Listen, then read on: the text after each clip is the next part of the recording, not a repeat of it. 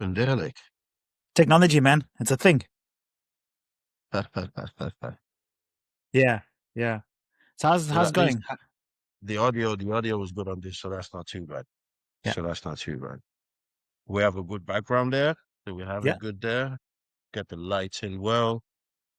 Make sure everything is set. Is the contrast good enough for you? Yeah. Because Yeah. I'm black as Don't worry, they can fuck see in your this, handsome like, face. so Don't I worry. don't know. I don't know how you want it to go, but I'll follow your lead. No problem, man. All right. So how did Christmas go? Christmas went well, man. Christmas went well. I told the wife this year that this is probably the best Christmas I've ever prepared myself for. Because I'm usually the Grinch of the family, like, so Oh, why is that? like I'm usually the Grinch. Yeah, why is that? Yeah, why is that? It's just, the stress of like, being a man and, having to have bodybuilding on top of it and the responsibilities and everything. And the way like, in a family situation, everyone always prioritize Christmas, most especially when Christmas is not like, I was raised in Ireland, but like, I never seen Christmas as my background, like, but Yeah. I still celebrate it. So yeah, but this year it just felt different. Maybe it's because of the boys, because of the kids. I just wanted it to be special for them because they're more aware now, most especially the middle one.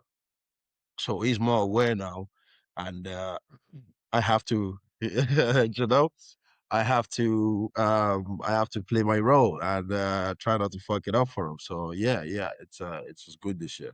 Yeah. Yeah. How many What kids you about got? you? Sorry? How many kids have you got? I've got three boys. Three Okay. boys. One is 16. So that's my firstborn from my previous relationship. And the middle one is 6. And the last born one is 2.5. And All that right. one is like a reincarnation of me. Because I see myself with this one in a very scary way. So I need to have myself on alert when I'm dealing with this guy. This is the Are you youngest one openly? now. So Yeah. Are you yeah. openly? He's the naughtiest one. Oh, it's not that he's naughty. It's just that force to be reckoned with, that energy, Yeah. when you see a child and you're just like, hey, you're going, there's something in you, like, hey, good or bad, but like, when you see it in somebody, like, and when you're looking at it in a child and you're like, you're gonna be something, like, but you're gonna be hard work. I Yeah. see that in this guy. And I'm I'm the what to say, wow, there's a word for it. I'm the something of my own creation or something. So I could remember my mom always told me how much of a fucking hothead I was growing up as a kid, that I was like I needed to be like, I needed to be like, to be restrained. Yeah. Like I was a crazy kid. I was a crazy kid. So yeah, I just I felt like as a kid, that's when you're experiencing your imagination, like, most especially when you're a kid, that's when your imagination is in, like, full view of full blast. And when you become an adult, it's time to kind of like either relieve those imagination and put them into work, or kind of or still keep imagining. So I was I was one of those kids where if I had a thought, I want to put it to test.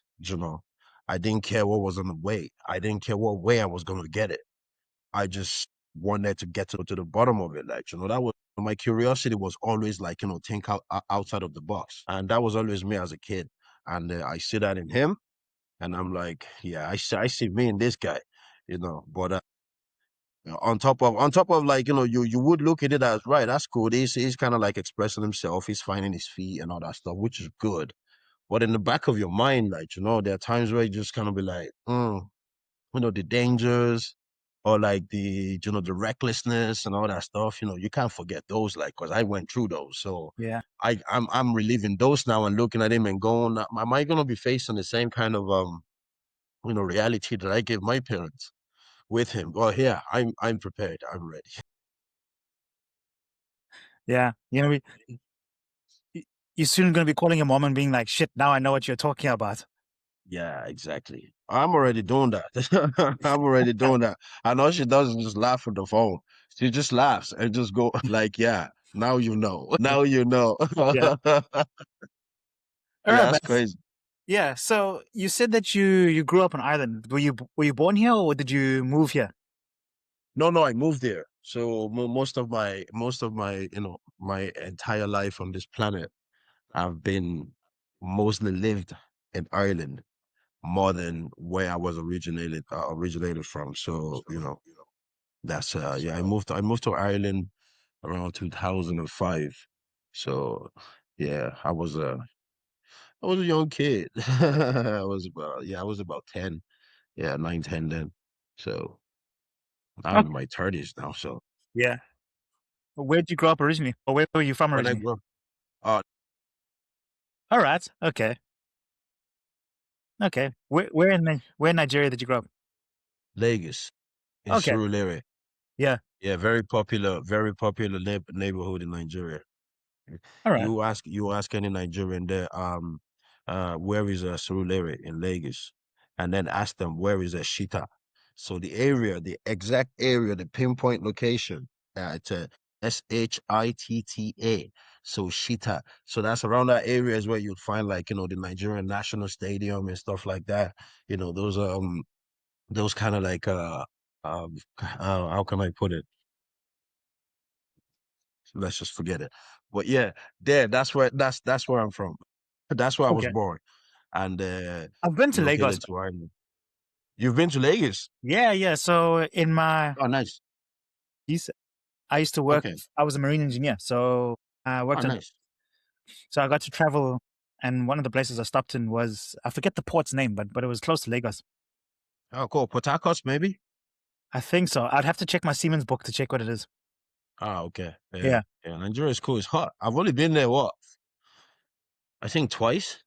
yeah, I've only been there twice, yeah, ever since I left. I'm going again next April for my birthday because me and my mom were actually born the same day and the same month.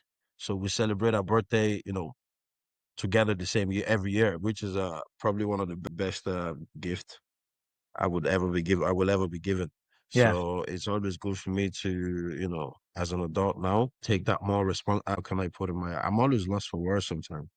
So as an adult now, I want to hold on to that more, yeah. because it means a lot more now growing up than it would have back when I was young, having your mother there still and knowing you and her are born the same day, the same month, and you can celebrate your birthday together every time. It's actually crazy because few of my bloodlines actually done that. So my middle son and his stepdad celebrates their birthday to the same day.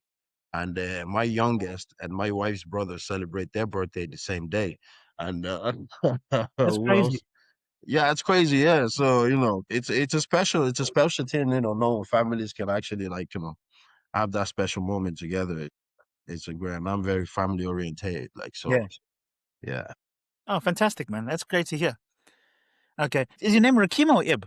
Because I see your emails Rakim, but you've got your up as Ib. So those are my boys' name. Those are my Ah, kids' name.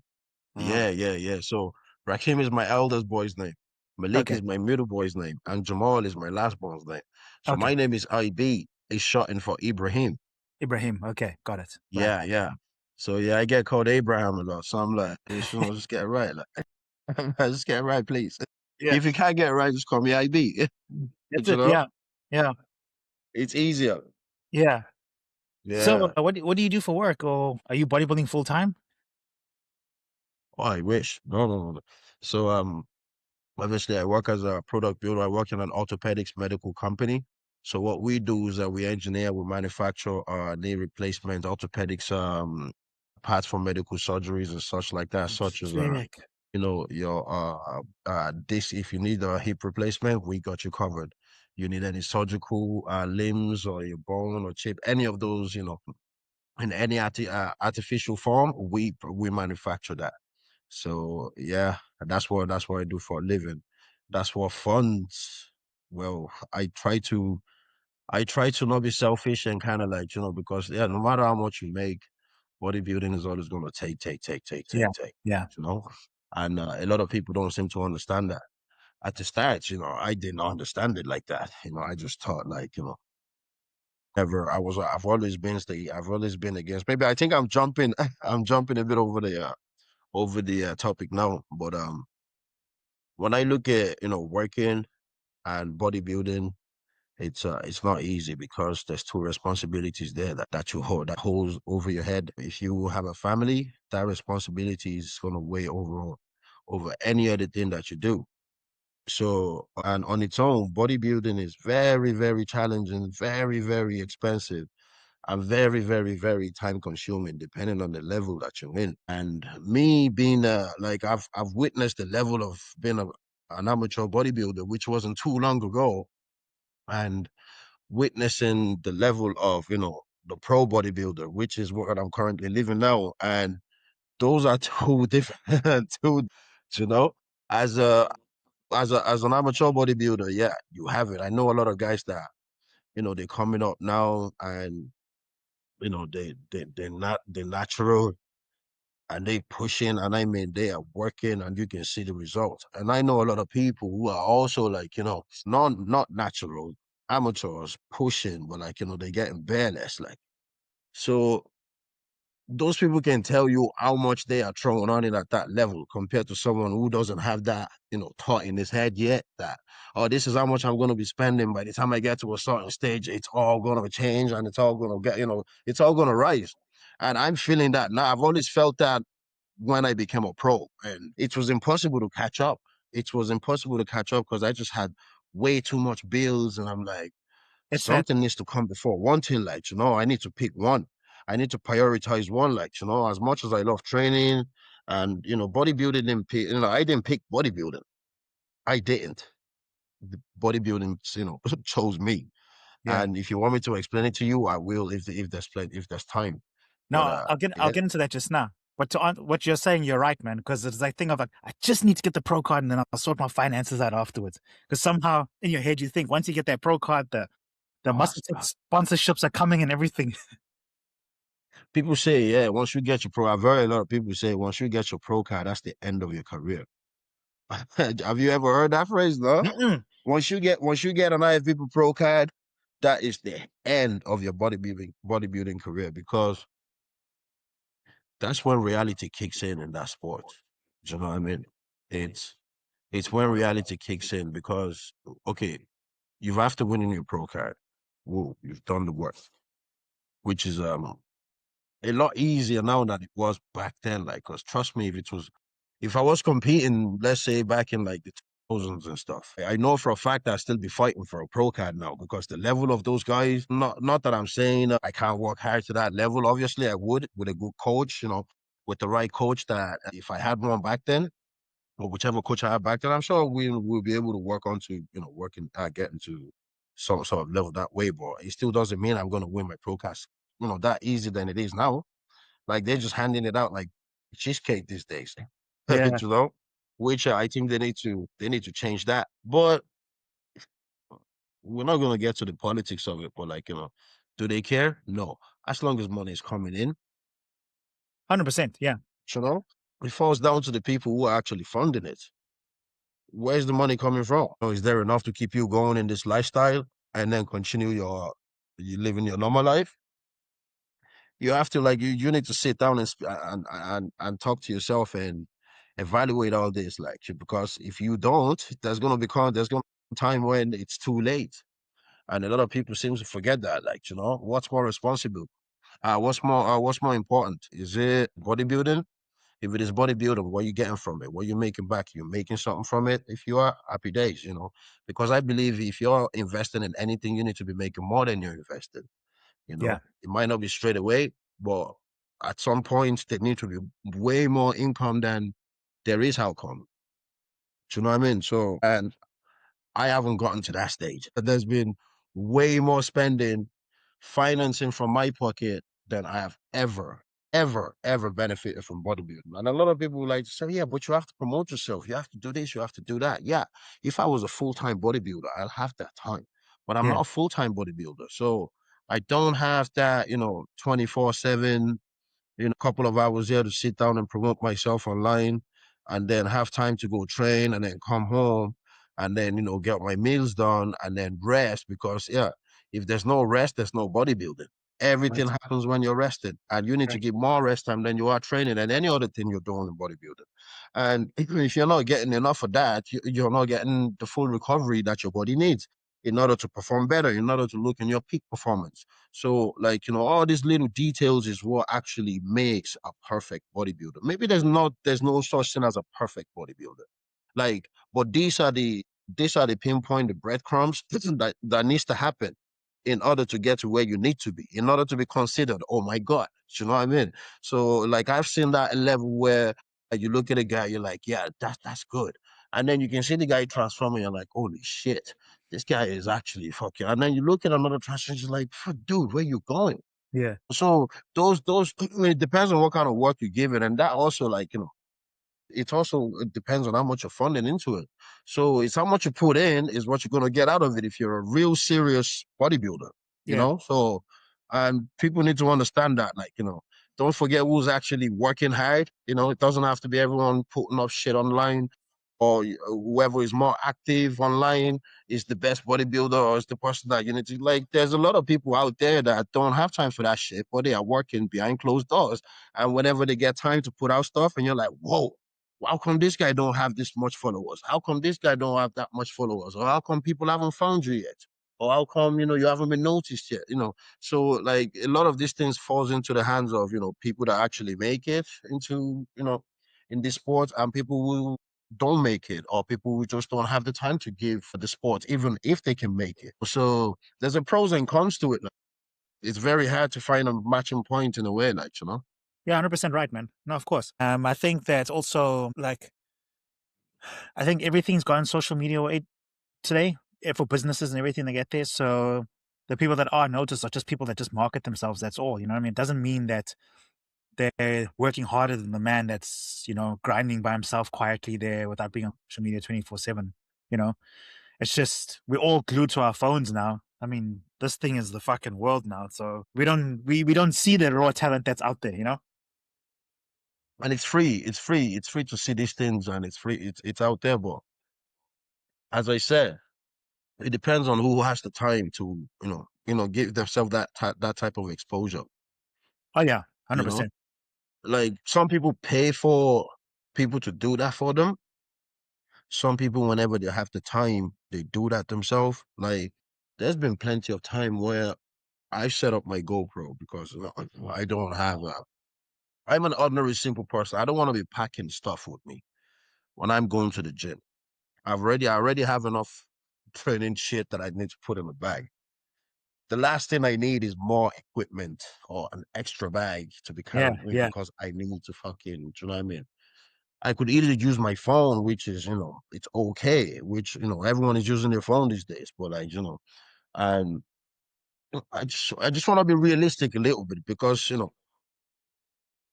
okay, you want to do something like that, you don't want any interference, right? If you're using your phone, you're training, unless you put your phone on plane mode. Someone calls or someone comes in, someone interferes with your recording, that's gone. Oh, yeah, that's been but and if you're that type of person who's just like, okay, I'm just gonna leave it there, let it do its thing, right? And you're training away. You've no interaction or you don't have a clue what's going on in your mind. It's doing what it's supposed to be doing. And if you're that kind of person that just wants to like, capture free flow vibe, what you're doing in the gym, training away, talking blah, let the phone do its job and then do the editing afterwards. But like I like to do that with my GoPro. And I used to do that. I do that sometimes and then I give it time to edit, I cut it. Listen, it's not the best work. It's been a long time since I last did editing work, even though like I studied that in college and cinematography and photography. And I don't really give it time to actually educate myself back, to refresh myself back, and to be able to use this for my own, benefit, which other responsibility comes in the way. Whatever is more important than one is what I'm going to give my best time to. It's that simple. Do you know what I mean? And I don't see them as priorities anyways, I've always said this to myself. This sport is only going to get what I'm giving it because I know what it's like. It's not like any other sport where, right, like, you put in your all and sorry, I don't mean it that way. It's not like any other sport where, your time that is given to it is different compared to other sport like bodybuilding.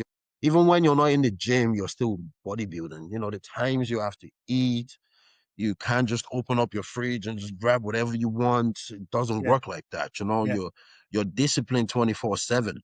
And if you're not being paid for that kind of work, why are you killing yourself? So not that I'm saying you throw the discipline out the window. It's just if that's the kind of way if that's the kind of way the sport is to you, you have no other choice but to give it what you can, and that's what I've been doing. So that's the reason why I'm not very consistent when it comes to shows. But it doesn't mean I'm not beating myself up, not training. You can ask anybody around; they will tell you. I stay the same shape all year round. I'm lean all Fantastic. year round. They tell me, "Oh, dude, you look like you can jump on a show in 2 weeks' time." And yeah, that's because because I'm not competing doesn't mean I'm not disciplined. You Yeah. know what I mean?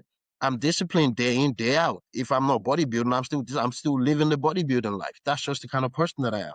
So it doesn't matter if I'm going to be competing tomorrow. I'm going to be competing in 2 years' time. There's a reason for that.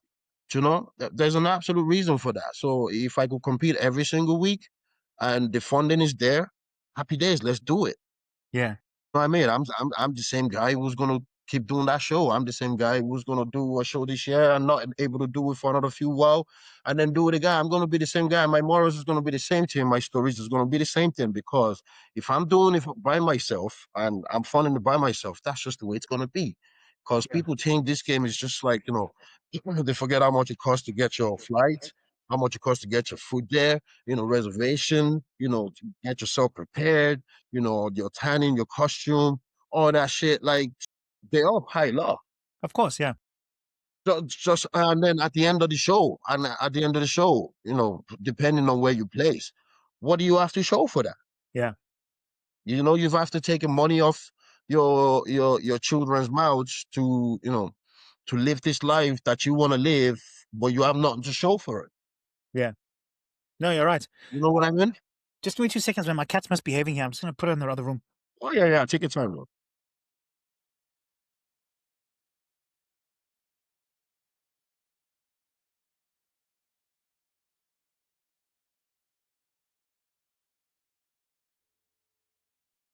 The Sorry cat about that. She's misses making you. noise That's in the why. background there. And I didn't want to do too much editing work. I know. Right. Yeah. No, you're 100% right, man. And, the fact that you actually are aware of this is fucking amazing because most people aren't. They're constantly chasing this pro card or the next show. I know people who are literally compromising their health, will not go for gyno surgeries, all that kind of stuff. It's just like, because I don't know. Well, maybe you can input on this, but it seems like their relevance is only the next show. It's like they've got nothing outside of bodybuilding, like, no family, no hobbies, no nothing to get there. So it's like the only way I can stay relevant to the people around me is if I'm doing shows, because then they're constantly asking me, "Oh, when's your next show? Are you looking good?" Or this or that. Yeah, I know that feeling. I get that feeling a lot. And that's where your morals comes in. If you're the kind of guy that do it for attention, because yeah, let's be honest. Some people enjoy doing it. Some people fund it the way they're able to. And I believe bodybuilders these days are not doing shows to win. They're not doing shows to come in better than the next guy. Yeah. They're just doing shows just for the sake of, I want to prep, I want to get on stage. I look at my Instagram, there's a show going on there, or there's a previous show there, and I'm getting this stage buzz that I need to get on stage. Yeah, we all feel that, but don't go on stage because you miss it. Go on stage because you want to go on stage there and do damage. Yeah. And that's the only time you're ever gonna see me on stage. You Yeah. know? And that's my morals. That's the difference from a lot of people. A lot of people don't think, they don't think deep down enough before they start sacrificing these things because you're giving your body, your health so much into this sport that you're not thinking. You're not saying internally. You're just saying externally, like. But like, you need to be wise. Like, I'm sure, I'm sure everybody's able to see all these. Like, I don't want to ruin anybody's mood or anything like that. But like, let's be realistic. This sport will kill you if you're not cautious. 100%. It will kill you, and it will do that instantly. Yeah. If people are not taking notice, like, it's every single day we're hearing bodybuilders passing, passing, and passing. And the crazy, scary part is people are not even taking into consideration what age these guys are. Do you know what I mean? The ages these guys are that they are passing.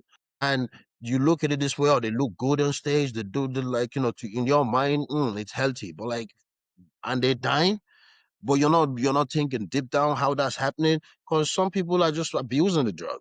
Because Yeah. they're abusing it because they just want to get on the next stage, on the next stage, and the next stage, and the next stage, and the next stage, because they miss it so much, but not thinking of the consequences into consideration. Yeah. 100%. And I can't live like that. As I said, I'm only gonna give this sport what I can because it's already hurt me enough in a way where I can never get back what I've given. Yeah. And it doesn't mean my soul, my love for it is dead or my love for it is gone. I love the sport, I love the sport to sport. But I just can't give it what it wants. I Yeah. can't give it what it needs. I'm only gonna give it what I can. And I can't break morals for it neither. Yeah. Because other No. things comes first before it. Yeah. No, you're just being true to yourself, man. 100%. So earlier you mentioned bodybuilding. You didn't find bodybuilding. I think you were about to say bodybuilding found you. You want to get into that? So before bodybuilding, I used to be a mixed martial artist. I Okay. used to mix martial art before, and I fucking love mixed martial art, man. I mean, so like my discipline didn't come from bodybuilding. My discipline came from mixed martial arts. An injury put me out, and afterwards, I just fell into this really like I had this really kind of like bad relationship. I was in a bad relationship stage at that point, and I got into depression, and I couldn't fight anymore, and I was like, oh, what am I gonna do? Like I've always had that physique of like bodybuilder and stuff, but I've always been against bodybuilding at that same time too. Back in that period, I would never. I would look at bodybuilder. I would like, yeah, like Fucking Blessing geekheads. is my mate. Blessing, yeah, the boogeyman. Yeah. Right. So like this was back before even anyone even knew Blessing, or even before Blessing knew he was gonna be a bodybuilder, right? Yeah. I'm not sure if you're familiar with it's kind of like Facebook. It's a social media called Bebo. Mm-mm. You familiar with it? No? Nah. So like this was like the early, like let's say 2006, 7. So there was a social media called Bebo, right? Kind of like Facebook. And all our friends, that's where we all interacted because we were all over the country, we're all spread out. And we would interact just the same way people interact today on Facebook. And we would do that. And me and Blessing back then, we used to kind of like, show off, sending each other pictures, training in a home gym. We had those little those cemented benches, those weights that had the cement in them covered in Yeah. Yeah. plastic. So that because back then in Ireland, there was a law that if you're under, I think 16 or something, go to, you can't use the machines in the gym. So you're very restricted on what you can use in the gym. It's a lot different now. I don't know if it's still the same, but back then you couldn't. So we were like if we're gonna train, like we got to do something. So the only option we had was we go on Argus. So Argus had a catalog. You open up the catalog and then you go down to the weight. It's all categorized in like whatever section that you want. And we go down to the fitness, the sports section, and we go down to the weight area. So they sell like the weight benches and all that in a combo. Like so, we buy one of those and we set it up in our bedroom and we train. We just train. We train. We train. Like we ate the same food, but nothing different. We didn't know anything about nutrients or diet or anything about at that point. We were just eating normal people's food. But Yeah. like they say the best moment in your life is when you train when you're a teenager. Why? Because your fucking testosterone is all over the roof. Yeah. And when is the best time to put that to use? Fucking train. Put your kids into sports. When they're teenagers, beat it into them. Get those fucking, those testosterone going all over the place, man. Do you know what I mean? Build some muscles with those shit. Free muscles, man. Like you don't even have to. I'm telling you, and that was what we did, and we grew. And me and Blessing will like send pictures to back and forth to each other like, oh, this is what I'm doing, this is what I'm doing. Like showing taking pictures in the garage, taking pictures of my room, lifting weights and stuff. And we've been doing this for quite a very very long time. And Blessing, like I'd see as we got older, I seen Blessing got into it a lot more. Like Blessing used to do kickboxing as well before he did. Before we were just like young black kids that just experienced everything. Do you know what I mean? Yeah. And most especially fitness. Fitness was our thing. We just wanted to test ourselves in everything, and we were good at it. At the end of the day, each and every one of them found what they loved, and they stuck to it. And Blessing stuck to bodybuilding. I was doing MMA then. I had an injury, pulled me out, got into bodybuilding. But I was only going to do one category if I was going to do bodybuilding, and that was men's physique. Oh, why is that? So I told myself, yeah, I was going to do men's physique, yeah. But why though? So, because Why I specifically men's physique? was that? Why specifically men's physique? Because I still had this, this dislike for bodybuilding Gotcha. and the fact that at least doing men's physique, I'm wearing the board shorts, so my fucking ass is not out on display and all that Oh, shit.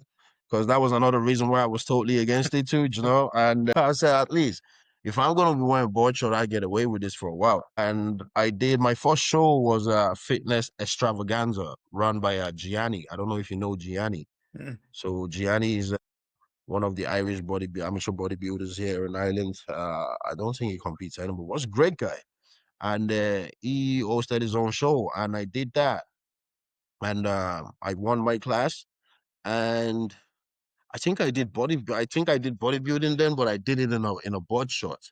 I won that too, so that was my first taste of being on stage doing a bodybuilding show, and I was like, right, we can take this further. So I went to, I think it was 2016, RIBBF was my first attempt on a much, much bigger stage. And we done that. And I think I came second or third in the men's physique section there. And what's his name? Fabricio. I'm not sure if you know yeah, that sounds. physique. Yes.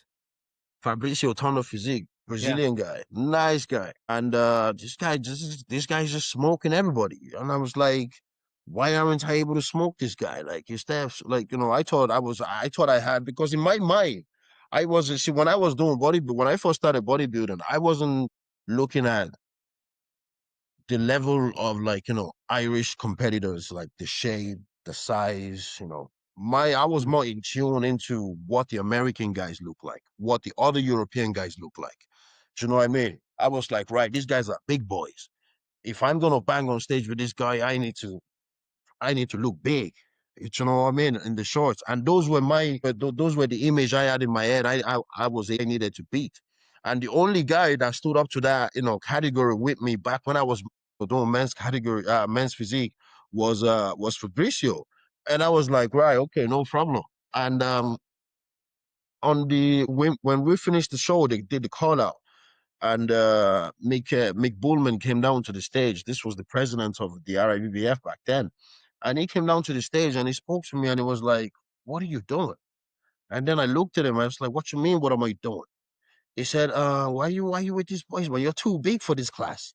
I looked at him. I said, "What you mean I'm too big for this class? Like, we were at the back of the stage. Like, you can still see us. Like, we just, when they're trying to call out, the line call out. Yeah. So they had everybody backwards. That was where he was chatting to me, right next to the other guys.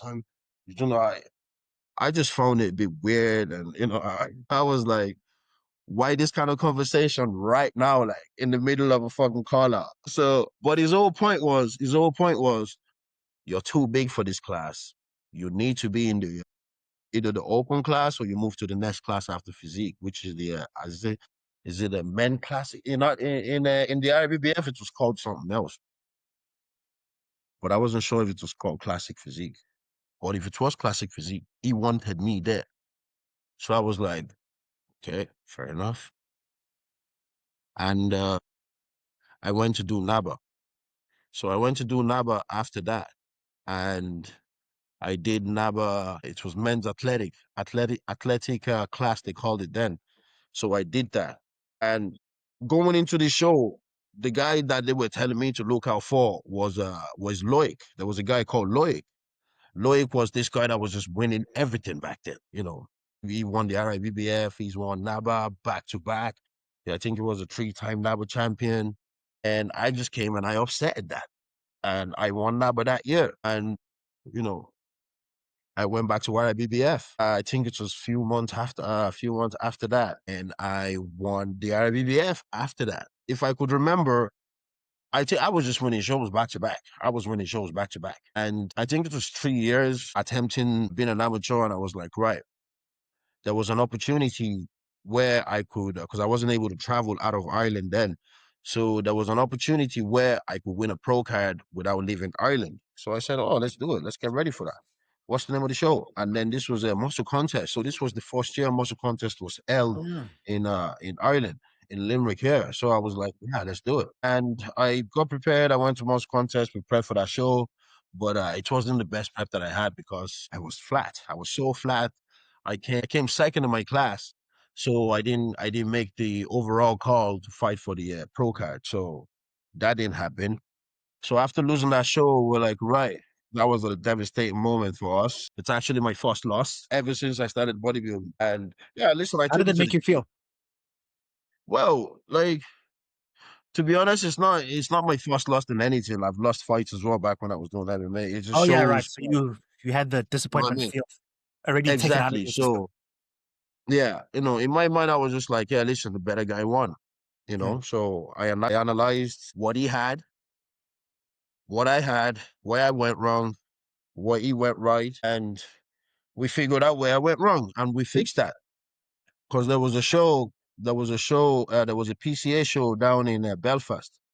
I think it was a week or two after the muscle contest show, and I decided to prep for that. And PCA is not affiliated with the RBF or yeah, IFBB in any matter of form. And as an amateur, you're free to compete in any organization that you want. So I was like, right, I'm going to try PCA and see, you know, how we get on there. So in order to fix this error first, that the mistake that I made in the previous show, in order not to repeat the same thing in this show, I spoke to the only two guys that I know that have competed more times before me. And like in this sport, I did as I had to find my way, speak to people, and I was very lucky that some of the guys that I knew were already doing the sport. So I was able to kind of like go to them, like boys. If there's a problem, you guys sit yeah, around the table and you chat, and that's yeah, what I did. Because I was old school like that. I didn't have like a coach to sit down there and like coach me. I spoke to the guys and they're like, right, IB, this is what you had previously. We're gonna had this and take this out, had this, had this, had this. And I said, right, no problem. We'll try this for this week and then we'll see how it is the week before peak week. And then if there's any adjustments, we'll work on it in that little time that we have. It's not going to be smooth, but yeah, was 2 weeks. Bite your tongue down and fucking get it done. yeah, And we done that. And if it was anything, I felt good. I felt good. I felt I was actually more, I think I was more excited than worried yeah, compared to what the guys would have taught. Like, do you know what I mean? I was more excited to go down there and actually show them what I could do because it was, dude, back then the drive was different. You know what I mean? The drive was different. I wanted to prove something. I wanted to prove something that, you know, this was after me losing the show and me after beating Loic. And I wanted to prove that I could do this. And if I was going to do this, whatever people see of me, I want them to be able to say, you know what, this guy, have you heard of this guy? Because if people don't, not that you're looking for people to talk about you, but it's good if people speak good about you over something that they know before. yeah, Do you know what I mean? And I just enjoy the entertainment side of it as well. Do you know what I mean? I was displaying something that I like doing to a crowd that appreciate the stuff that I like doing. And I get more vibe, I get more drive off that than whatever I spend on it. Whatever money I spend on it, that's the reason why I'm not forced to do it. That's the reason yeah, why I do it in my own time. Because whenever I get up there, I know those people that know how much work I put in. They know I'm not doing it for for the attention of it or this or that. They know whenever I come in, I come in. And those are the people I do it for. That's just the entertainment side of it. And that's one yeah. of the reasons why I really enjoy it, why it still sticks. It's not for the fact that, oh, I want to go to the Olympia, I want to do this. Bro, a stage is a stage. You're going out there to show them what you got. Because at the end of the day, you're there competing against somebody you don't know who's going to beat you or who you're going to beat. That's the good challenge of it. And I love a Okay, challenge. And that's what I do it for. I don't care what stage it's on. And that's what drives me. okay. Now, what year did you win your pro card? Huh? When did you win your pro card? I won my pro card in actually, yeah. Hold on. I didn't finish that story. Oh yeah, So before I won my pro card, back when so we went to PCA, right? Because we're talking about PCA. So we went to PCA and yeah, I wasn't looking at PCA as an easy competition. PCA was a different organization. PCA had a different, different crowd, different heads competing at that. So, but I was up for the challenge. Anyway, I went down with my wife and we actually stayed at the hotel very close to the building, which is great. I think I had a burger that night. Yeah, I had a burger, just one burger that night. I didn't want to have any, excuse me, I didn't want to eat anything too bloaty or any stuff like that because I hate the feeling I get. I get you. Yeah. Like, let's say on when you're loaded up. Like, I've never loaded up clean on a meal. I don't think I ever loaded up clean on clean meals as an amateur bodybuilder. I usually kind of like load it up on like burger. Either I load up on like homemade burger or I get like a burger in town and that's it. Like I don't go crazy on like, let's spike up the insulin with like jellies That and all junk that loading bullshit. bullshit. Yeah. Yeah, yeah. Listen, your body has been manipulated. You've been eating clean all fucking week, most especially when it's clean peak week. What's the best way to spike up the muscle? Get those veins popping, push fucking muscles belly out, with a little bit of spirit in you. It's like, it's no rocket science. It's no rocket science, A lot of people do that shit. They go out on a night out. If you're flat as fuck, you go out on a night out, you drink yourself to death, you wake up the same morning, man. You look like someone's after sucking the fat out of your body. Do you know what I mean? So it's not something you need to look at a textbook to figure out. You just need to manipulate things. Yeah. That's it. So, and that's what I did. I woke up the next morning, I looked in the mirror, I was like, whoa, whoa. And this was before I even had like, and do you know what annoys me now mostly? It annoys me because there's so many pictures of my, amateur days when I was doing body because I was so active. Those pictures, the way you forget to back up your phones and shit, and Yeah. like you just lose everything. I mean, oh, dude. I cry sometimes because the memories of those, it just replays in my head. I was like, oh, I only wish I had this picture so I can look back and just look at those times and be like, wow, Yeah. you know. Yeah. But so I had this we had a tough competition that night, had a tough lineup, which was great. I had good supports there, and I won that show. Surprisingly, I won that show, and this is the icing on the cake for me that actually that actually made it all worth it for me. Just that particular show, right? So they gave me the over. I won my class, and then we went head to head for the overall, right?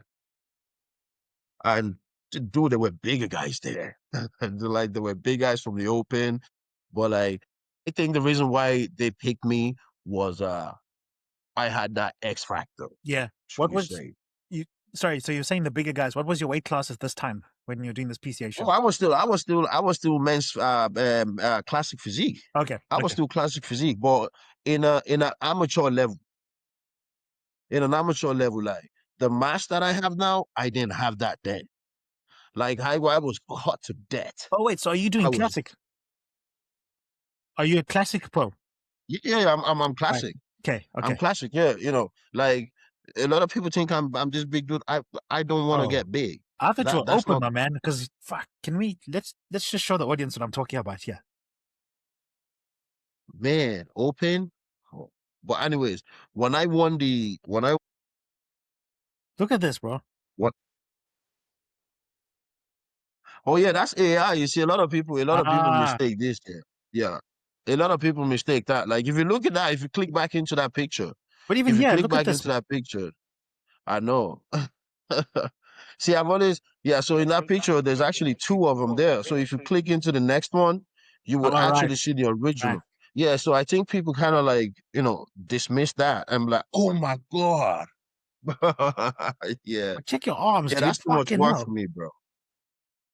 Yeah, that's too much work. But see, Yeah. like I try to maintain this size that I am right now. If you look at all my pictures, the years, the dates, like it's only a little shift in weight you're only gonna see. Like it's either I'm Yeah. full or flat, but it's the Yeah. same weight. It's the same weight, it's the same caliber. That's Like I keep crazy. myself in this condition all year round, just to make life easy for me whenever I need to jump on stage any day, anytime. Yeah. You know? This is crazy, man. And that's on Okay. my pro debut. So that Was was it? my pro debut there. Yeah, those ones there on my pro debut there, which I came fifth out of I think 25, which was this Where was was this after show? COVID. Oh, this was in the UK, UK. Two Bros Pros. Okay. Yeah. So this show here, leading up to this show, after I won my pro card, unfortunately COVID came here and kind of like changed everything for me, motivation wise. I had to kind of like rethink what motivation meant to me when COVID happened. And then, in order for me to continue living this bodybuilding life, I had to rethink it and be like, what is motivation? Like, what does motivation really mean Yeah. to, like, it's okay to say, yeah, you're motivated by, but what motivates you? Does you as a person motivate yourself or what you have in mind? I fucking hate the You word know, motivation, eh? so, do you know what I mean? Like, I try to like, don't say your motive, something, like, don't look at me and go, I'm your motivation. I'm nobody's motivation. Let's be honest. Yeah. Because if you know me deep down, like, yeah, you're gonna respect my life, what I went through and shit like that. But don't look at me as a motivation and stuff like that. No, because I be honest with you. If I'm looking for motivation, whatever the hell it is that I want to do, is it I go do it or don't do it? I don't need motivation to kickstart Discipline. me to go do that Yeah. shit. Do you know what I mean? The fucking thing with the It's motivation old thing school. is with the motivation Do thing you is like know go for it, go for it. what do you need motivation for? Yeah. What do you need motivation for? Exactly. Why do you need somebody to like sit you down before you can wake the fuck up and realize that you have to go do this shit? Something you know you need to do. You need a third person to sit down, a second person to sit down there and tell you you need to go do it. That's what people expect. Oh, I need someone to talk to me in my ear, say something that's gonna drive me. If Yeah. you can't drive yourself, you like, I'm sorry, you don't have it in you. Yeah. And that's the problem with today's generation. Like the discipline, they don't have it. Because I believe in order to be able to do anything these days, it doesn't matter big or small. If you're not disciplined, you can't be consistent. You know what Yeah. I mean? You can't be consistent. That's my Like, thing. It's like people will be like, okay, they'll open the phone and they'll look at IB's pictures and be like, oh yeah, this motivates me. I want to do this. I want to look like him. But then again, mm, it's like, oh, I can't. It's hard. Instead of just exactly, the gym's a stop on the way back from work. Just do what you need to do there. Come home. That's a day conquered. You didn't think about it. You were able to people, drive to work. You were able to walk into work. You were able to walk. exactly. But what's wrong with this as an extra bit of your day? You know what I mean? It's like they just chose to kind of like change words, Yeah. that drive, that determination, and then they just changed it into another word. And then that word just kind of like blew up. And then Yeah. people just use this as an excuse to want to be like, oh, I need this. So it is what it like. Cause my Huh? mom always told me, like I was raised up, I wasn't raised with, with a silver spoon. Yeah. You know, I was raised if I want something, if I want it, I have to go get it. Yeah. If I don't have it, or if I have the money and I want it, I have to know the reason why I want it. Is this something I need or is this something that I just want or feel like, yeah, just to have it there Yeah. with no use for it, Yeah. you know? So I look at it as a everyday thing that I do in life as well. What I'm about to do, what's the benefit for me in the long run? Like I don't need nobody to tell me because nobody's holding my hands to go do it. I'm doing it because of it's only going to benefit me or whatever it is that I'm doing it for, who's going to benefit. Yeah. So that's what I need to be able to wake myself up and go, right, listen, I'm here to go help somebody. Is it I should go help that person or just fucking dream about it? Yeah. I don't need nobody to tell me, well, remember that guy you said you want to go help? Well, are we going to go help him? Are you going to go help him? Hey, you made that decision. So whatever made you make that decision, go with that. Yeah. You don't need to rethink it or find a motivation to help you finish it. That's a lot of horse crap, and that's the problem that we have with today. It's the same thing with all the kids in the gym with the phones out and shit like that. It like I sit in the gym these days, and after they finish their first set, Yeah. they didn't even Man. concentrate, or like each rep, there was no concentration there. There was no muscle memory. There was no muscle and machine concentration. Or both of them working together to finish that rep, and then 100%. the audacity to sit down on the machine and take 5 minute break. But the 5 minute break is even funny because they feel like, oh yeah, I need to check my Instagram, Bro, my yeah. Spotify, my WhatsApp, my Snapchat, all those fucking apps combined together in one go while they're resting, forgetting, yeah, Rest is supposed to take, max maybe 90 seconds, Yeah. depending if you're lifting 80% of your fucking 100%. Yeah. People are going to the gym these days with no fucking structure, with no structure. But they're able to spend fucking €120 on a fucking gym shot clothes and all this shit and go to the gym and flex. Yeah. you know? Yeah. And that's the problem with today. And it's the same thing with competition. All these guys just want to jump on stage because they see one man do it and then the next man wants to do it Yeah. without knowing what goes into it. Or because they think after one show, yeah, I'm a bodybuilder. Yeah. You know, you And you know know what what? I mean? And you know what's worse is people like you and I. We were grinding it hard in the gym, and now we're moving from that one machine to the next. And now the next machine, it's that fucking guy sitting scrolling now. It's fucking Oh up man, our momentum because he's sitting there and you're like, how many sets have you got left? Oh, I got 4 more. you just have it in your With the head. You know it's cheek, gonna happen. with the cheek in front of you, but 4 more. And then just go. I know, man, and it's still there. After saying like 4 more, and then and then he picks the phone, and then and I'm like in my head, right? I just had a fucking 20-second conversation with you. Hereby, we're supposed to keep this, max, depending on what you're lifting. And I Yeah. know for a fact what you just lifted there, my second one will be able to lift that. Yeah. But yeah, you still feel like you need that extra 2 minutes after I walked away. Yeah. Yeah, to rest and then continue your workout. And this is one thing I have about gym. Problem I have about gyms, and there's a lot of gyms here that have the habit of that. I actually got kicked out of one gym here a few years ago over something similar. I Yeah. just couldn't stand it. Do you know what I mean? Like, put your phone in your fucking bag. Do you know when you finish training, you can do whatever you want to do with your phone. Yeah. Do you know what I mean? I'll allow if your phone is in the gym and you want to take like a shot of you training. Yeah, I don't have a problem with that. Just don't put in the way of people walking by, or when people walk past the front of your camera, you give out about it. Yeah. Do you know what I mean? Put it in a Yeah. place where people will walk about. It's just that's like, there's a way to think this thing, but people aren't really using their fucking head these days, like when they're doing something like that. 100%. Yeah. You know? No, when they give me shit about it or about the phone thingy or if they're hogging a machine, I just tell them, hey, we pay the same gym fees. Exactly. And they just stop after that.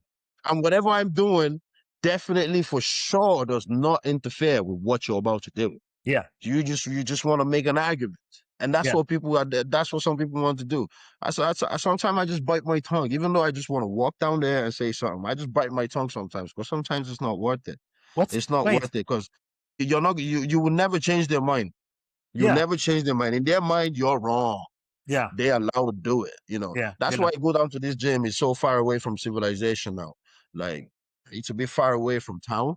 Where do you go? And I go to Monster Pro. Great gym. Great, great, great gym, man. Where And the is it? guy that owns it is absolutely phenomenal. He's a great guy, looks after the gym, always upgrades the gym. It's nice and spacious. It's one of those gyms where you'll never be sitting around waiting for a machine. That's a fact. Oh, nice. That's a fact. Where is the Yeah. gym? I never like it's down by Carbley.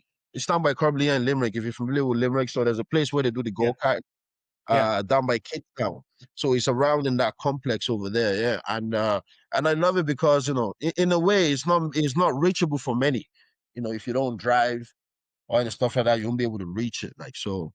But it's perfect for me because, and I'm sure it's perfect for a lot of people as well who hate going to a gym where they have to face those kind of bullshit that some other gyms allowed. You know, they Yeah. can always go down. Yeah, it's not like this gym is strict. Like, people have their phones there recording and all that stuff. But it seems like in this gym, people seems to fucking use their head. Yeah. Do you know what I mean? Yeah. Like, you would expect that in every other gym. Do you know what I mean? If you're gonna do something, be aware of other people around you. Or like, if you don't want something to fall against whatever you have, know a place to put it, a better place to put it. And if somebody do happen to walk in front of your shit, you're not gonna cry about it. Do you know what I Yeah. mean? That's why Yeah. there's editing. Cut it out. Keep doing your shit. Where they walk past, cut it out. Yeah. Do you know? It's like you have to explain this shit to some people sometimes, like, but down there, it's not a gym that strict. You can use your phone down there, but obviously they're very cautious. They're aware. If you're gonna do anything there, you ask the owner or the manager or whoever is there. And then if it is right, if time is right, they give you permission to go ahead and do what you have to do. Which is just a simple Gym thing etiquette, that man. That's every all it gym is. should follow by. Yeah. But some people just don't want to do it. Yeah. And Just that's the simple, problem. simple fucking gym etiquette. That's all it is. I know. I know. It's just sometimes you have all these fucking it's because it's just children not running gyms these days, and it's all been commercialized. Yeah. It's been commercialized so bad that like the guy like I tell you a story. There's a gym over here that was like there's a guy over here that I know, and he's opening the gym. Well, he's not opening the gym. He's just rich, and his family is rich, and they decided to just put his name on the stuff, right? And I was like, oh, this is great because I was working so close to where the gym was. And I was like, this would be great. Maybe after I finish work, before I go home, I'll hit the gym. Or maybe on my lunch, I'll hit the gym for an hour. I mean, it just sits well with everything that I need to do. It just works well with my schedule. Right. So for some reason, I went down to this gym, just kind of like have a look at it. And I asked him, oh, is it okay if me and my mate, sign up together and, you do us a deal, right? Because that's my training partner. And he could help me out whenever we both come down there. And he was like, yeah, yeah, no problem. That's fine. That's calm. And I was like, oh, that's great. But I had to go home. I had to travel to Nigeria, I think a few weeks. I had to travel to Nigeria, I think a week after that visitation that I went to that gym. And it was like, yeah, listen, when you get back, we'll sort that out. No problem. You don't worry about it. Yeah. I said, Brian, no problem. I was in Nigeria. My mate rang me because he went down there to go get a session in. And he says, listen, I'm after having a bad news. I have a bad news that I have to tell you, and you're not going to like it. I'll wait for you to get back from holidays, and then I'll say to you. I'm like, yo, say to me right now. What is it? He's like, I don't want to ruin you all day. Just let me. I said, bro, just fucking say to me right now. What's going on? He says, right, I'm after going to the gym there. I was training. I was about to leave. He called me to the side and he says, listen, I don't mind you signing up for the gym. I give you the deal, but I don't want IB in the gym. And I was like, why will he say that? He says he doesn't know. He just doesn't want your type in the gym. Like, not that he's trying to be racist or it was anything racist or I took it in that racist way, because that's not what he meant. Yeah. But what he meant was he didn't want Bodybuilders. bodybuilding guys like, because he Fuck thinks I'm me. going to be there shouting, grunting, doing all this shit, which I don't do. Yeah. And, and I just found it weird. It was okay before I went, a few weeks before that, but it's not okay when my mate came down to train and then you were able to call him aside and, it just shows how some people are just like, people that run the gym these days are just fucking there for like, political monopoly bullshit. Yeah. Yeah. Make their own rules because they know they have this fucking, funds and they can do whatever they want because it's a gym and, fitness is booming right now. So if you can lay claim to some sort of a fitness, this thing you see yourself as, Yeah. but some people just, yeah, like, bear in mind, this guy is a child. He's a child, like, it's beneath me. Like, Yeah. but it's just, having that happen, knowing who he is and knowing that we got along and stuff like that. This was a few years ago now, so I've already put it to sleep. But like, it just shows this can happen and this can get in the way, most especially in this industry that we're in. Yeah. So, but it's funny now because he goes to the same gym that I go to, Has he still and all got I his can gym? do is just look at him and just like literally crushing him with my eyes, like. Yeah. Yeah. That's just what I look at, and I'm so surprised. I'm like, what are you doing in the? What you doing here? Yeah. And it's actually weird because this gym they have this so the toilet there is like unisex, right? The changing room. Yeah, which I find very creepy, like, Yeah. but I don't know about other people. If I want to be taking pictures, well, you shouldn't be taking pictures in the toilet anyways, in fairness, like, in Yeah. case there's other people there. But it's bad if it is like a mixture of men and women Yeah. together. Yeah. Do you know what I mean? So you figure that out. Yeah. You figure that out. Yeah. All right. So now, how did we go from studying videography to be orthopedics now?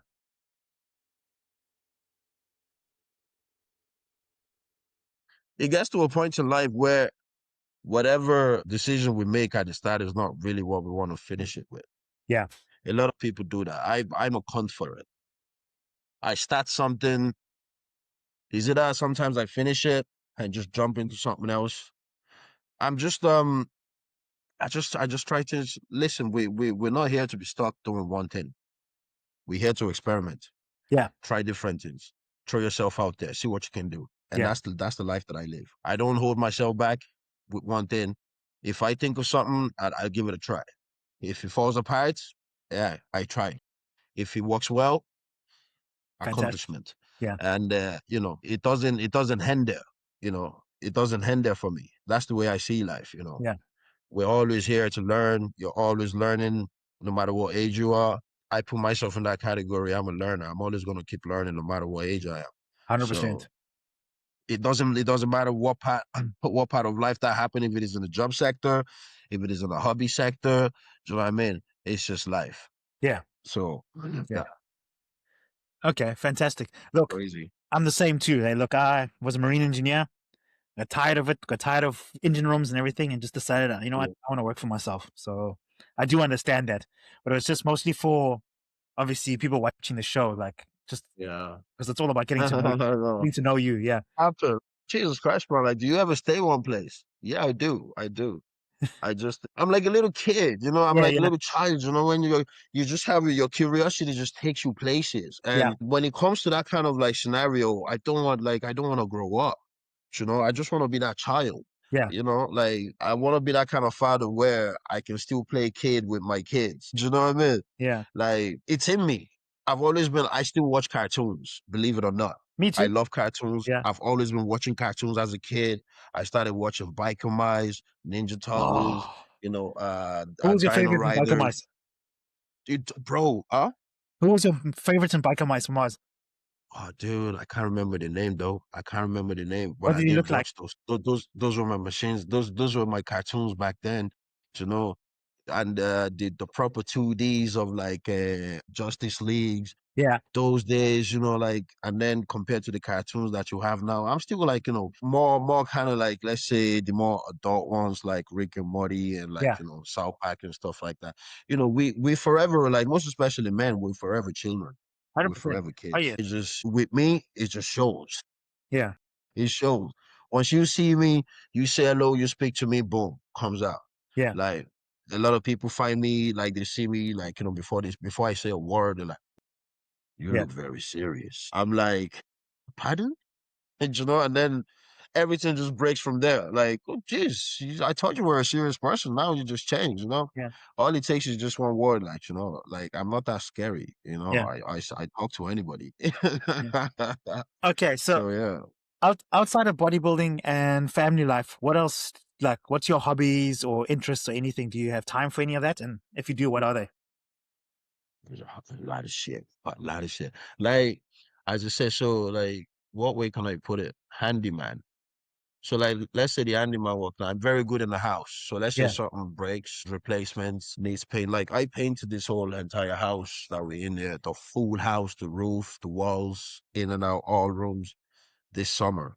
And I had to send the family away for a week holiday in Spain in order to do that. Because Yeah. if I had any of them here, it'd be impossible. So, those kind of things I'll always do, outside of bodybuilding. I service my own cars. Yeah. Like I will class myself as a 3-star, not a 5-star, as a 3-star rated mechanic. Like, Yeah. your basic kind of like, change. Let's say you need to change any sorry, electronical system. You want to, install dash cam, put Yeah. some LEDs in the car, you know, do up your infotainment system, change that out, change brake pads, change tires, refurbish wheels, oil change, filter change, anything that doesn't have to do with dismantling a fucking engine. Yeah. I'm your guy. You needed to retouch up all these things, just basic things where anyone should be able to do if you give it time. Yeah. I'm just that guy. So those are the things that I do in my spare time. Like, I would rather work on what I have than, not that I'm being cheap or any stuff like that. If you're paying for it, it means somebody can do it. And if it means somebody can do it, you You can can do do it. it. All you have to do is try it. This is And there's true. many ways now where you can do these things where you don't have to pay people. Just go on YouTube, I was about to give say, yourself a couple of, give yourself a couple of hours, like, watch some videos. And that's what I do. I do it and then I put it to the test. The first time I try it, I know I'm able to do it. And then if I do have that kind of problem again in the future, I know I can fix it. All I have to do is make sure I have the tools. And I bought a shed, whatever tools that I need in there. I have all my tools for changing cars. I have my tools for doing carpentry. I have my tools for painting. yeah. crazy. I have a fucking Smith machine out there sitting there covered, but everything is there. So I keep myself busy, call myself that man type of guy where, hands on, Yeah. you know. If there's a problem, let me, can we fix it? Yes, we can. Yeah. Bob the Builder type of guy. Yeah. Yeah. That's Yeah. you mentioning the YouTube thing. When I was still working as a marine engineer, a lot of the times I'd be like, fuck, I need to go upstairs now to get the manual for this machine. I'd be like, fuck this, man. I just typed the serial number and everything into YouTube. All of a sudden there's a video how to Straight fix up. it. The video up there and I'm Straight busy up. fixing the thing. And obviously Straight up. my, bo- my boss was like, he was much older. So he'd be like, what the fuck are you doing on your phone? And then he'd be like, Mm. once I show him what it is I'm doing, and he's like, fucking technology, and then walk off. It's like I could be paying this shit for free, man. I get technology to do it, but I'm still getting people to do it. Yeah. But still, though, like, but I do get what you mean. If just people just think out the box, brother. I think some people just feel like some things are more important than other things, rather than educating themselves, Yeah. forgetting that actually educating themselves opens their mind a lot more to like other resources out there that they can get their hands on in case of like anything they want to do. Like, do you know what I Yeah. mean? Don't Yeah. just restrict yourself onto one thing or just see yourself as how can I say, as a one type of guy where if anything needs to be done, your responsibility is to pay for it. Yeah. Yeah, find somebody to do it and then pay for it. Like, and I also do, apart from me actually giving this thing time, it's my, I think as I get older, I try to find things to keep myself busy, apart from like, working, because I work nights. Yeah. So this is another thing that people don't know that makes Shit. bodybuilding even tough for me, Are right? you working tonight? So I work nights. Yeah, oh yeah. Oh, So what time do you I start? work nights. I start at 11 o'clock at night and I Oh my finish at God, 7 man. in the All morning. right. We'll wrap Yeah. up just now so you can get some rest. No, no, no. Don't worry about no.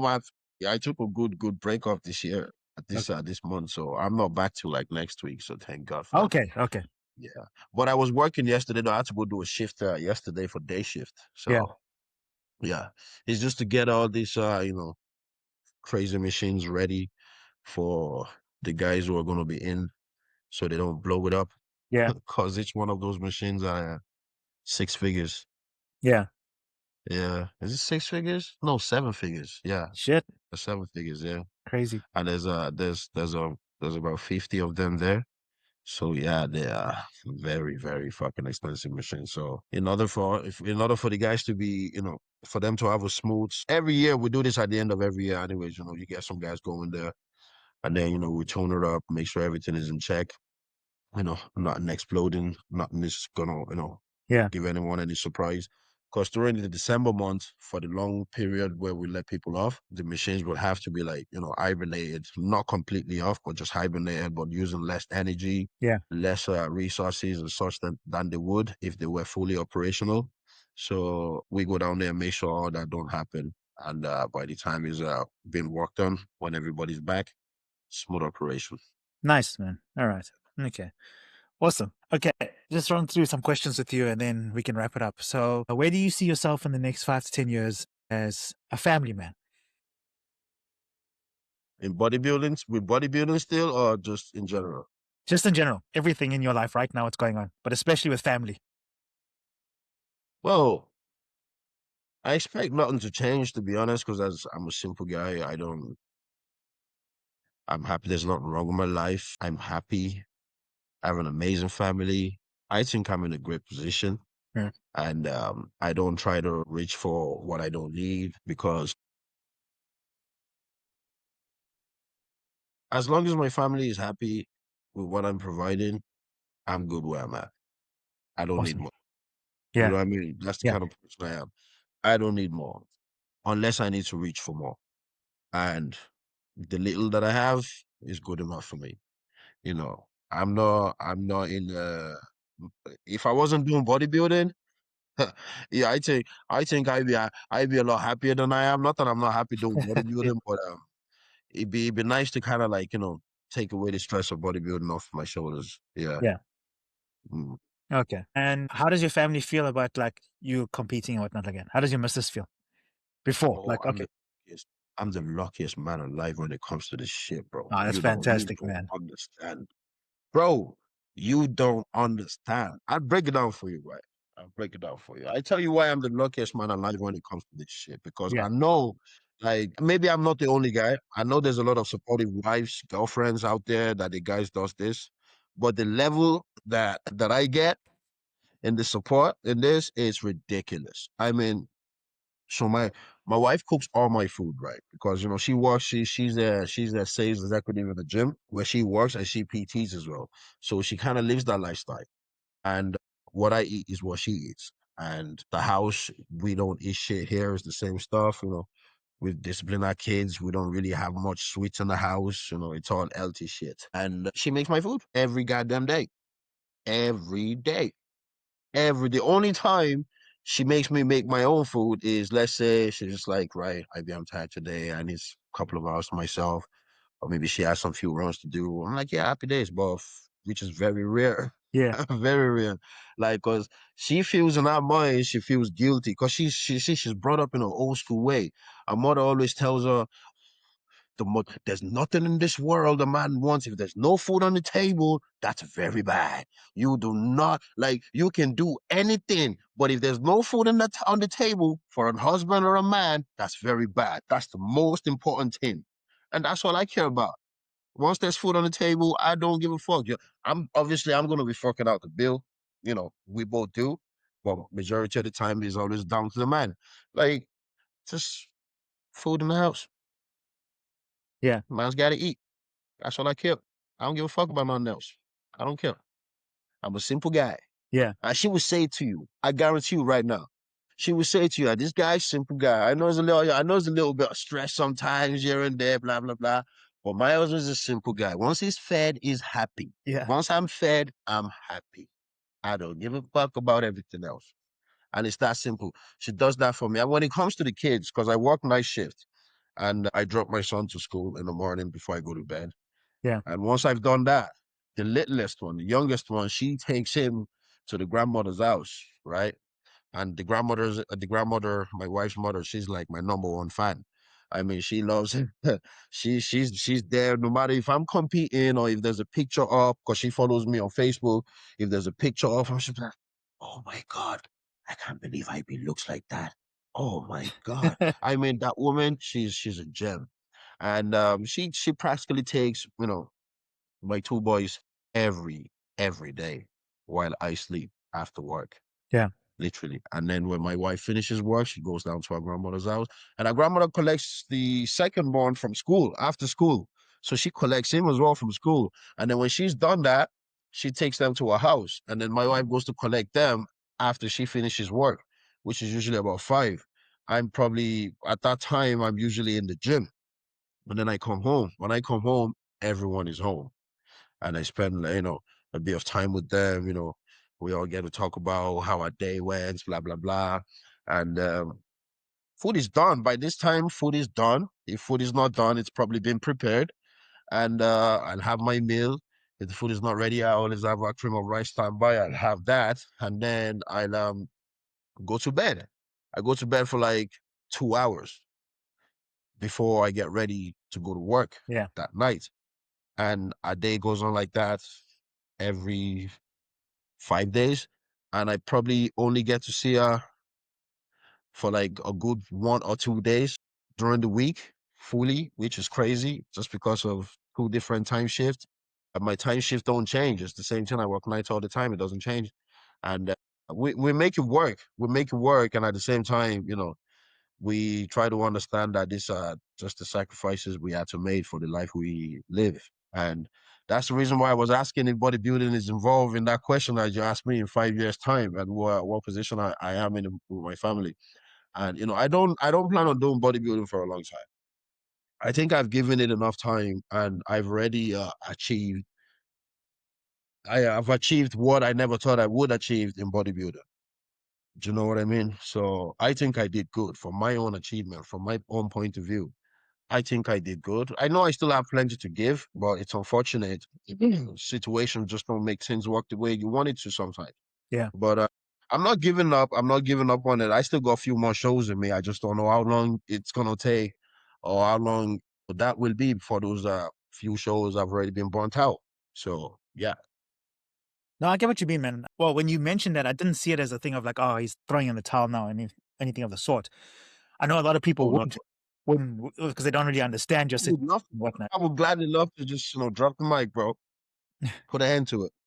Yeah, But I'm working with such great guys right now. And the guys that I'm working with now, I know the package that we unwrapping is gonna be like something I've never imagined before. yeah. Even me speaking there. Is this a coach or is this your mate? Yeah. Oh yeah. Oh yeah. The coach. Like I'm working with working with a new coach now. So his name is Thomas, Wolver Team Terrorist, and man, the dude is like I've never worked with someone this caliber before, and Is it this guy? Yeah. yeah, that's him right there. Yeah, yeah, Okay. that's him right there. And I know what we cooking. What we cooking is it's gonna be a hell of a dish, man. Yeah. Once we finish, it's Oh, gonna be a hell of fantastic, a man. dish. Fantastic. Cause you see, I've never looked this shape before. Yeah. I've never looked this shape before, and I don't. Nobody pushes what they want to, what they would like me to look like. I never let people push that on me. Yeah. Only what I see myself looking like, I push to people, and then we work on it together. Yeah. Because I want to keep the same focus, the same way, the same dot from day one. That same picture will never change. So that's why I don't play this size game. Yeah. You know what I mean? I don't play the size game. I'm keeping that structure. I want to look tighter and like, smaller in the waist each time I get on stage and wider in the area that needs to be. Yeah. That's my MO. You That's know, my goal. you know what, man? It's something you mentioned earlier as well about you wish you still had your pictures from before. Yeah. For me, going from light, Actually, well, if you go back into that my page, yeah, sorry for sure. cutting you off there. But if I look at my pictures from when I was a lightweight compared to being super heavyweight, I'll definitely say Yeah, lighter. There was definitely more conditioning and certain lines that you no longer have as a super heavyweight. yeah. If you go up, because they had Yeah. yeah, now click on to see the way they have the on the top of the pictures there. You have the video ones and then you have the mesh ones. So click on the middle one. Yeah. So I think those are the tagged ones, or those are my Oh, here's reels. the tagged ones. Yeah. Yeah, go to the third one. Yeah, the tagged one. Yeah. So I think that's where you will find. Look Yeah, at so this that's the model shit PCA here. one. Oh no, that's not me. That's one of the boys. Oh, So all that's right. yeah, yeah, that's All Paul. right. Where So am I going? those were where I started. That's the PCA one there in the This, center. That's when I was prepping for the oh, yeah. PCA one. Yeah, so the PCA one is in the center. They actually paid me for winning overall on that show. Would you believe that? I got Oh, seven nice, hundred man. pounds for that. Yeah. Yeah, that's the only show I was ever paid for that. I was ever paid to win like. So this was the muscle contest one that I did that I came second. You can see how Yeah. flat I was. And that's the Yeah. guy that came first in the middle. So you can see he was a lot more chunkier. Yeah. He was a lot thicker than I was. He had those muscle bellies. Yeah. Yeah, so those were the days. Yeah. Yeah, those were the tagged ones. Crazy, And the man. top one was when I was getting ready. I did that's PCA there. Yeah. So like I know there were some other pictures that came with these pictures that I know that I had. Yeah, those are RIBBF ones there. Those are when I won the RIBBF there with Mick Bullman Yeah. in the center there. Yeah. All right. Yeah, those were that's NABA. That's when I won the NABA one. Right in the top there. So like this was when I started. Yeah, this was when I started training. So that's what I'd look like before I started doing all the shows. Yeah, that you're pointing out there. Yeah. That's So crazy, that's what man. I'd look like before I So started you already had the training. structure for it, eh? I already had it there, man. I already had it there. I just had to keep pushing. Yeah. I just had to keep throwing in, eating more, eating the right way, act like a bodybuilder Yeah. rather than my normal style of eating, which was basically the same bullshit. Like, it wasn't like, oh, I had to eat this certain food or that type of certain food. The only time I had to change my meal was when I had a fight Yeah. because I had to cut weight. And it was even way worse because I was so lean and I was like, what the fuck? Where am I actually going to drop any weight? Back Yeah. when I was doing MMA, I was so ripped So like my bicep peak was like it was like there was a fucking baseball in my hand. Yeah. That was what that was what it looked like. Actually, I always had a problem keeping my hands up back when I used to fight. And but yeah, so what I do was I was on a protein and just veg diet anytime I was cutting for a fight.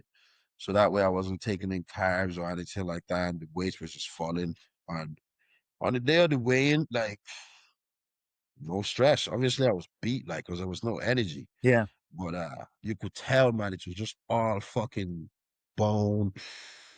It was just raw, like, you know. So when it came to like dieting and all that stuff, that was kind of like an area that I was familiar with. That when it came into transitioning into bodybuilding, that was not a problem. Yeah. When it came to the training aspect of it, discipline-wise, training at a certain day of the week, because I was training twice a week, twice a day during MMA. We're Yeah. going for circuit training in the morning, and then we're going for like, your ground game, your stand-up game, and all that stuff. We go do that in the evening. So that was like back to back every single day. So Yeah. gym times, when it came to like gym training time, routine, and what kind of meal you have to eat, all that. I was very lucky. I had a background in that to just carry into bodybuilding. That's why I felt like my transition and everything that happened in bodybuilding happened so quick. Yeah. And the fact that I was like off season. I never even like when I hear people do off season. I don't think I ever did. I ever had an off season ever since I started bodybuilding. I never had an off season because I never changed weight. I never got round. I never got bigger or held any body fat more than if I couldn't see my six pack, I was in trouble. Yeah. That was where I kind of like knew, right, this is not me. Yeah. That's not a size weight I should be carrying. Yeah. Like my six pack has never disappeared. And as long as I seen that, that was the weight I always carried around off season. So I ate the same meal. I just tripled it. Yeah. Tripled the same meal that I ate on diet, on prep. Yeah. I just tripled it. And that was it. And I stayed lean. So that way, if I have a show and stuff like that, yeah, we reduce the carb, we cut down a bit of fat. We might have cardio at the start of it. So that way we're not fucking inflamming the muscles closer to the show. And then we drop it closer to the show. That way, I'm giving myself, let's say max, maybe 10, just say roughly 9 weeks to get ready for a show. Yeah. Yeah. I always kept it that way, and I have no problem because I wasn't forcing myself to like reintroduce food that I should be in that to be able to consume generally and easily. I wasn't being reintroduced to it again because of I had a shit off season. That Yeah. we didn't have any of that problem. Yeah. If it was time to kind of like, get the same taste in your head, get used to the same taste, all you have to do is just, okay, now you're dropping, now you're dropping, now you're dropping. That's the only worry you have to worry about. So Yeah. that was something that was minimum compared to all the shit that people will be going through at the Yeah. start of a prep. So something that So yeah, go for it. so like, knowing knowing how your body works or what works for you is key Yes. and sticking to it, Yes. depending on what kind of bodybuilder you want to be. Yeah. But too many people are looking for something that doesn't work instead and thinking that there's People some are secret always out looking there. for the easy way out, Yeah. easy way out. Yeah. And I'll tell you what, because of off season, they think they can just pig out, get Yeah. fat. In their mind, oh, there's a fucking muscle under there. There's a muscle under there. Yeah, the same fucking muscle you carry before you start getting fat. Yeah. That's what's there. Yeah. Like you're telling me, oh, you have to 100 pound of muscle there because you look No bigger. fucking chance. Yeah. No, Yeah. it's just all the fucking burgers and shit you've been eating. That's what's out there. Yeah. If you So want to look big, just fucking continue the same meal, triple it. That's all. correct. Simple. Yeah. So in my experiences of competing and also in coaching was that one, I always found in my beginning days, I made that mistake of the whole thing of like, once I'm finished the show, it's just to like, just blow up, get as big as you possibly can. We I all found did. that contest preps were harder to do. One. Second of all, I never looked better and I didn't put that much muscle on. When I started keeping lean in the off seasons and keeping things tight, like keeping my abs and everything, I noticed that's when I started jumping weight divisions, compared to at the beginning, you know? So easy. Yeah. Life is easy. Yeah. Prep is easy. Training is easy. Yeah. Everything is just easy because no one is saying we're looking for an easy way out. You're just disciplining yourself to do things the right way. Correct. Do you know what I mean? Because I can tell you right now, I'm not going to put myself in an uncomfortable position. in order for me to kind of go, oh yeah, I look big now on the scale. Because people think when they see big numbers on Yeah. scale during off season time, that's what, like, that's the shit. Yeah. No, it's unhealthy, mate. Mm. It's unhealthy. Like your indigestion is shit. You're bloated all the time. You can't do exercises right. Breathing sounds wrong. Even sometimes at this stage, I I still didn't find fuck it your so sleep hard. properly. Even when I'm lean, my breathing is fucking fucked up. Yeah. You know? So imagine if I was carrying fucking extra weight. Like, Yeah. Yeah. I'd be like a zombie. Like, yeah, it's just basic knowledge. Plus, range of motion goes to shit. So now all of a sudden the bench press, you can't get down there. With the squat, you couldn't move the bar, all that shit, you know? Uh, you see, that's the reason why only few people in bodybuilding would do things the right way. Yeah. People who made the mistakes at the start and then realizes the mistake and then worked on the mistake, fixed the mistake, and then did the right thing Yeah. are the learners, are those people that live long, the longevity, that will have longevity and are going to be able to pass on this knowledge Yeah. to people. And those who have had the experience of it, close enough, if not, to the sport and then carried it on. Those are the people that, enjoy. It's always the people that have no idea, jumped into it, Yeah. got wrong advices, always looking at social media, thinking social media is this teacher that we never had before because of the seen one man do it, oh, yeah, it's going to work for me. No, it doesn't. You have a choice. You try it out the first time. If it doesn't work for you, it's not meant for you. Correct. We've done it. I've done it. I tried exercises before. I think I want my chest to look like that guy's chest. I did his exercising. It doesn't work the way I want it to. Yeah. My body doesn't move the way I want it to. And then I have to go, you know what? It's not for me. Yeah. You're right. Simple, 100%. Yeah. And So, sometimes it's funny enough, it's like your own body will reject it. So it's like all of a sudden, it's like your body just dislikes you doing this specific exercise, but however, it'll enjoy you doing a different type of exercise. So why not stick with what the body enjoys, you know? and you know what? It's not even, there's something I also realized as well. I started looking at exercises that people do, and then you want to duplicate that exercise. And you realize, right, it's not moving the way you want it to. And this Yeah. is why I always notice. So you're looking at the person that's doing this exercise now, and you want to mimic it. The muscle area that is working on, you have to compare that muscle area to your muscle area. Are they both defined the same size, the Yeah. same weight, the 100%. same thickness, the Yes. same width? Because if they're not the same in measurement and all that, it's not gonna work for you.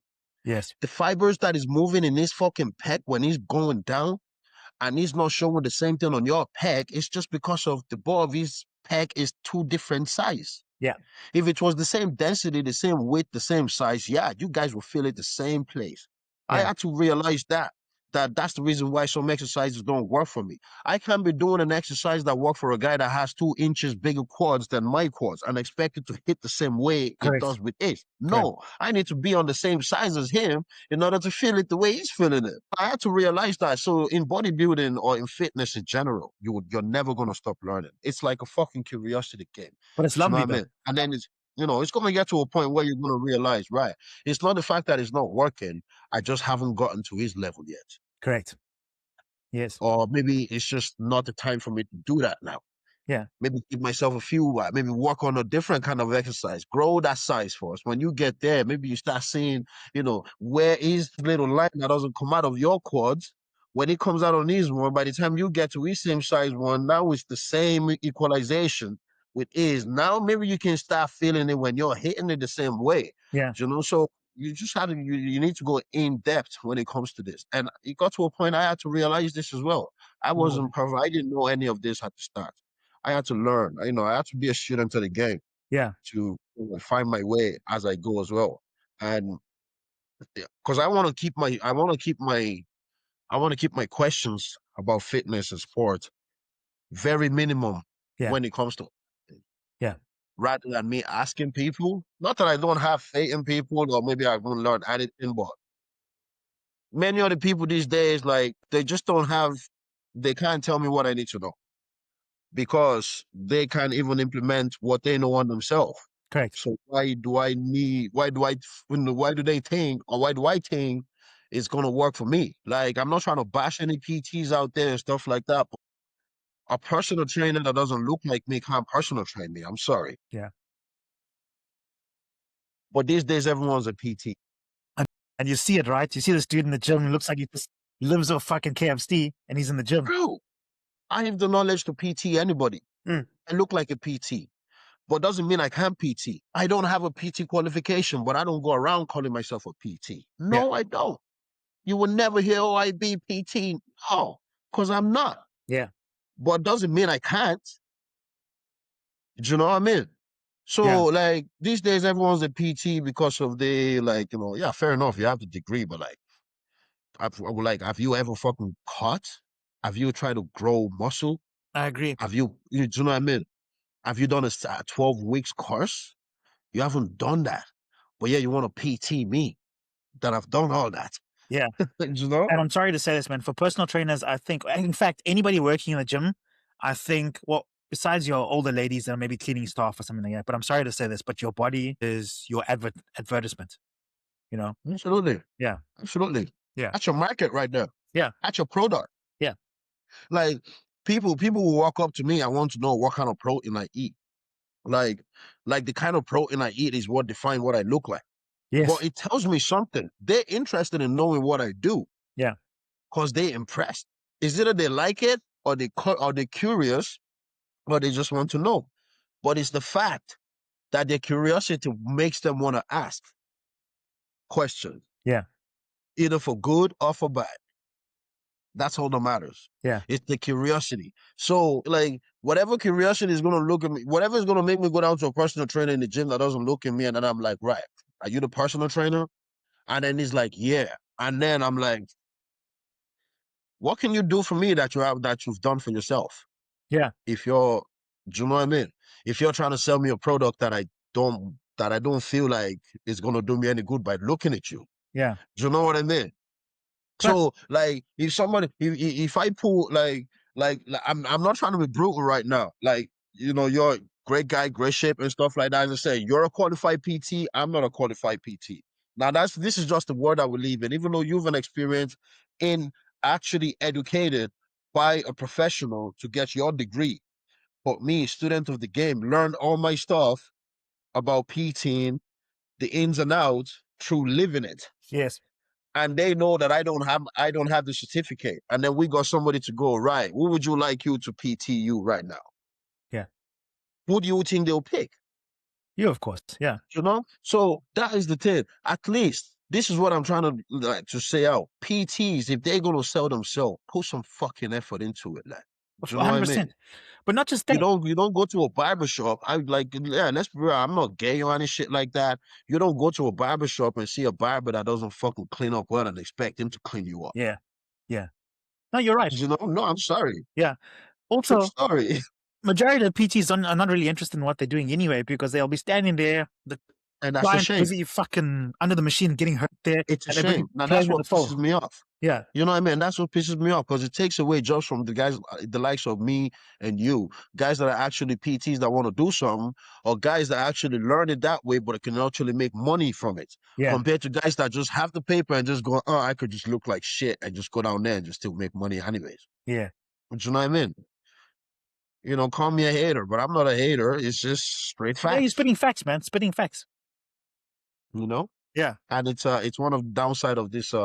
That's why I said they've commercialized fitness in a way where the moral of actually the reason for you going to the gym for fitness is dead.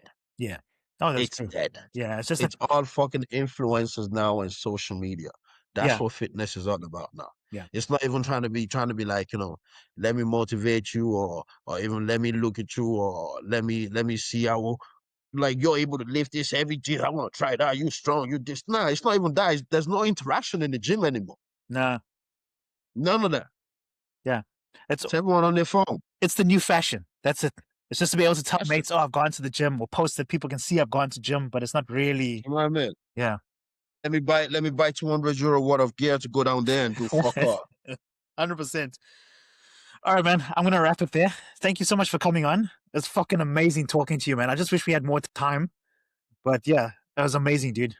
Thank you for that. Thanks, bro. Thanks. And also, I am getting ready. I'm currently getting ready for a show in March, just in case people are kind of you know, Where's the show? wondering why all of a sudden I'm looking like this again. Yeah. So the show is I actually haven't picked a particular show yet, but I know it's definitely gonna be in Europe. Okay. It'll be somewhere in Europe because of I'm still waiting for the IFBB calendar to come out in order for me to pick a show. But we will be doing one very soon. We'll be doing one very soon. And the first one will be in March. So you guys keep an eye out and have faith in your boy and keep supporting. And I love you guys. And thank you Awesome. for Thank you so watching. much, man. We'll be watching out for your show, man. Okay. Appreciate it, brother. All right.